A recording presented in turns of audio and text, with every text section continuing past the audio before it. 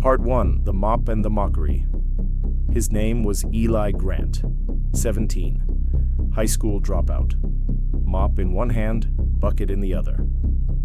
Worked the night shift at a downtown law firm. While the lawyers clocked out, he clocked in. While suits drove off in Benzes, he caught the bus, or walked, alone. Always alone. They didn't notice him, didn't greet him, didn't even know his name. But that was okay. He knew theirs. He knew who left trash under desks, who drank whiskey after hours, who cheated, the system, and who cheated on their spouses. Because when you're invisible, you hear everything. And Eli? He remembered it all.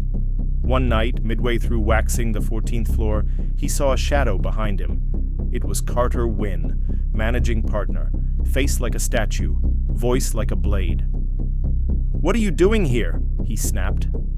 Eli blinked, held up the mop. "Working." "Sir," Carter laughed. "Cold, cruel. You? Working? That's rich." He walked around him like inspecting a stain. "You've got a mop and a GED, you think this is effort?" Eli said nothing. He was used to words being weapons, but Carter wasn't done. "You missed a spot." Then he knocked the bucket over with his foot. "Water everywhere. Clean it up." Then walked away. No apology, no second glance, just power. Drunk on itself. And Eli? He dropped to his knees, soaked, scrubbing the same floor that spat on him. But that night, something broke, or maybe something woke up. Because Eli didn't cry, didn't flinch, didn't curse, he just whispered to himself. One day. The next day he was called into HR. Budget cuts, they said. Nothing personal, they said. He was fired. Just like that. No pension, no protection, no goodbyes. And Carter didn't even show his face, just signed the slip. Like Eli was trash being taken out, Eli packed his things, which was barely anything. Took one last look at the office. He'd cleaned for 2 years and said nothing because silence can be louder than screams. He didn't go home, didn't tell anyone. He walked the streets, thinking, remembering, every insult, every whisper, every shred of disrespect from people who thought him less than. And then it hit him. What if they were wrong?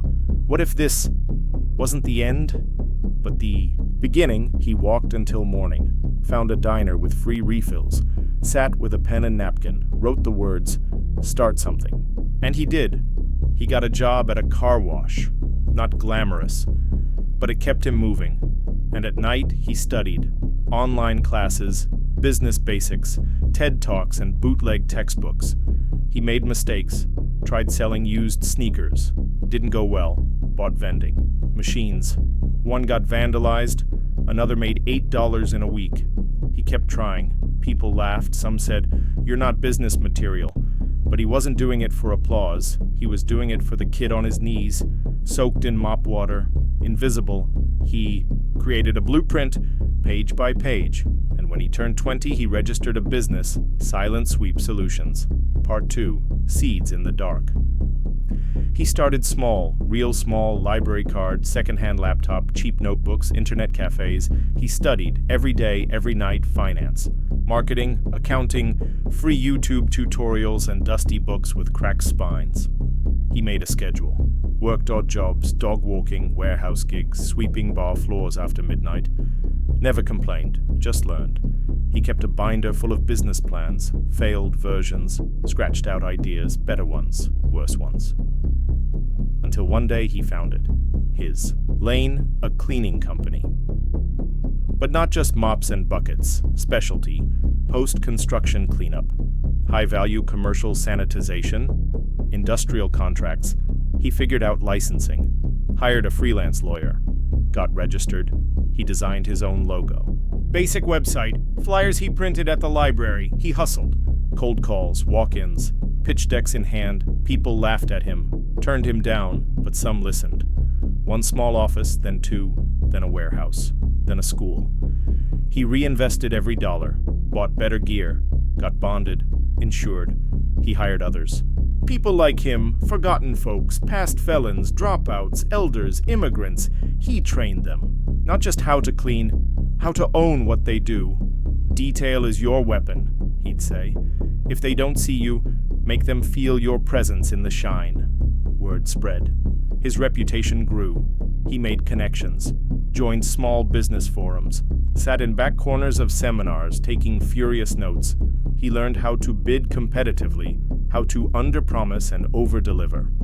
He built a brand, got uniforms, vehicles with decals, and by the time he turned 22, he had 3 vans, a team of 15, and contracts across the city. Part 3. The Office That Shined Back. One night, while reviewing invoices, he saw a name, Carter Wynn LLP. His heart stopped. A new client. They didn't even know it was his company bidding. He chuckled. Life had a sense of humor. He took the contract. Of course he did. Showed up personally on the first day, dressed in a sleek uniform, company logo embroidered on the chest. And when Carter walked into the lobby, he paused, stared. Eli? Eli smiled. Slow. Calm. Yes, sir. I'm the owner of Silent Sweep Solutions. We're here to clean your firm. Carter blinked, jaw clenched, eyes narrowed, but Eli didn't waver. Don't worry, he said. We never miss a spot, then walked past him, fan keys in hand, and in that moment, the floors weren't the only thing shining. Carter tried to act normal, tried to pretend it didn't sting, but the silence between them was loud. Eli's crew moved like clockwork, uniforms sharp, movements efficient. They cleaned the place better than it had ever been cleaned. Polished floors, sanitized desks, even the air smelled of respect. But Carter? He watched from his glass office. Window cracked, fingers trembling slightly, because he remembered. The boy on his knees, mop soaked in dirty water, eyes too quiet. Now that boy ran the building after dark. That night, Eli left a card on Carter's desk. Just a small one, handwritten. Thank you. You showed me everything I didn't want to be, and everything I could become. No malice, no insult, just truth. And Carter? He sat down, card in hand. And for the first time in years, he sighed. Deep, guttural. Because power feels different when it comes back around. Eli didn't need revenge, didn't need applause. He already won. His name now echoed in office halls, his story told in whispers. Between janitors and aspiring entrepreneurs, he spoke at community centers. Opened a program for at-risk youth. We don't clean to survive, he told them. We clean to prove we exist. We clean to build. He became a silent legend, not because he screamed for change, but because he showed it. One mop, one insult, one fired janitor at a time. And now, he walks through buildings that used to cage him, owns contracts with people who once pitied him. And the message? Never underestimate the quiet ones, because when the noise dies down, they're the ones still building, still rising, still shining. Sometimes the people you dismiss are the ones writing your downfall in silence. Every insult is fuel, every rejection a blueprint, so be careful who you mock.